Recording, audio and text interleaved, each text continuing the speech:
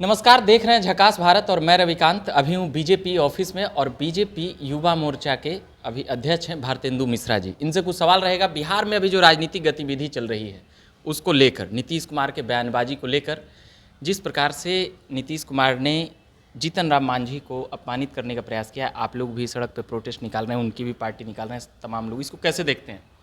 एक कहावत है, संगत से गुण आत है, संगत से गुण जात। जब तक भाजपा के साथ नीतीश जी रहे, महिलाओं का सम्मान करना, दलितों का सम्मान करना, ये उनके गुण में था।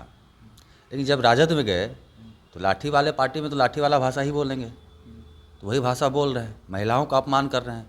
एक दलित समाज का व्यक्ति जो कि बिहार का मुख्यमंत्री बना और भरे सदन में उस व्यक्ति को इन्होंने अपमानित किया, ये तो इनसे साफ साफ इनकी मानसिकता झलक रही है, आरजेडी वाली। पर वो कह रहे हैं कि हमने बनाया, ये सबसे कितना है? कोई किसी को क्या बनाएगा भाई, उनमें वो क्षमता थी तब तो उनको ऑप्ट किया गया। पहले तो जनता उनको लगातार चुनी है। मैं आपको ध्यान दिलाना चाहूँगा, नीतीश जी 1985 में विधायक बने और जीतन राम मांझी 1980 में ही विधायक बन गए थे और मंत्री बन गए थे। बिहार सरकार में राज्य मंत्री रहे, उप मंत्री रहे, विभिन्न पदों पर रहे। और राजनीतिक जीवन भी नीतीश जी से ज़्यादा स्वच्छ अपने समाज के प्रति काम भी किए। और नीतीश जी जो कर रहे हैं, निश्चित रूप से जैसे सूरज को कोई दिया दिखाता है, उसी तरह का ये काम कर रहे हैं। एक व्यक्ति जो अपने दम पर, एक दलित समाज का व्यक्ति होकर अपने दम पर वो बिहार का मुख्यमंत्री अगर बने हैं, उनकी क्षमता थी, और ये बोल रहे हैं अनाप शनाप मैंने बनाया, तुम तड़ाका की भाषा में बात करते हैं। साफ रूप से दिख रहा है कि मानसिक रूप से ये मुख्यमंत्री बीमार है। और जहाँ तक जब शपथ लिया जाता है मुख्यमंत्री का या कोई भी दायित्व का, सरकारी दायित्व का, तो स्पष्ट उसमें रहता है कि मानसिक रूप से बीमार व्यक्ति को पद पर रहने का कोई अधिकार नहीं।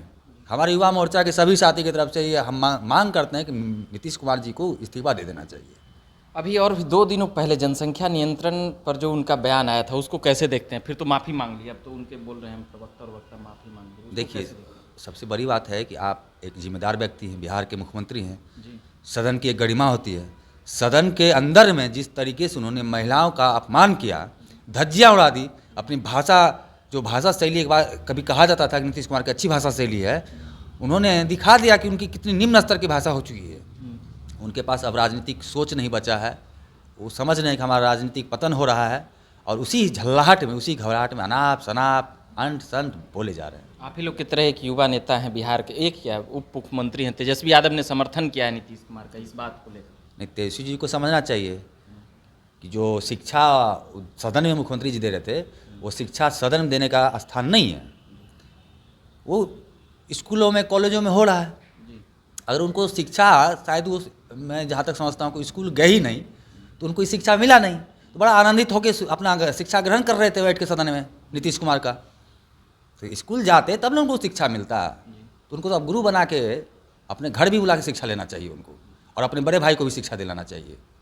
युवा मोर्चा के अध्यक्ष हैं, युवाओं के लिए क्या कुछ कहेंगे? तेजस्वी यादव कह रहे हैं कि हमारी सरकार आती है तो पूरा रोजगार देती है, आपकी सरकार आती है तो पूरा, मतलब एकदम। हाँ, रोजगार दे रहे हैं ना। युवाओं के हाथ में कट्टा थमा रहे हैं। युवा के हाथ में आज देखिए नशा, ब्राउन शुगर, गांजा, शराबबंदी के नाम पे शराब, ये सब थमा रहे हैं ये लोग। और जहाँ तक नौकरी की बात है, ये सारा आंकड़ों का उलटफेर है। 1,22,638 शिक्षकों को कहते हैं कि हमने नियोजित किया, हमने नौकरी दिया। मैं आपको बताना चाहूँगा, इसमें से 50,000, 55,000 तो इसी शिक्षा के जो पूर्व से वेतन प्राप्त कर रहे हैं, पूर्व से काम कर रहे हैं। ऊपर से बहुत सारे बिहार के बाहर के लोगों को उसमें मिला, और बहुत सारे शिक्षक ऐसे हैं इस लिस्ट में जो कि 5वीं तक, 8वीं तक और 10वीं तक तीनों कैटेगरी में सिलेक्ट हुए हैं। तो ज्वाइन तो कोई एक ही पद पे करेंगे। तो ये आंकड़ों का खेल है। जनता को दिग्भ्रमित किया जा रहा है, युवा को दिग्भ्रमित किया जा रहा है। ये ओरिजिनल संख्या 18 से 20,000 मात्र है। चलिए, तो ये बात कर रहे थे हम अभी बीजेपी के प्रदेश युवा मोर्चा भारतेंदु मिश्रा जी से कि किस प्रकार से, जिस प्रकार से विधानसभा में चल रहा है, हमने सोचा युवा नेताओं से भी जानना चाहिए, उसी नियमित अभी पूछने आए थे। मेरा नाम रविकांत हुआ, आप देखते रहिए झकास भारत। धन्यवाद।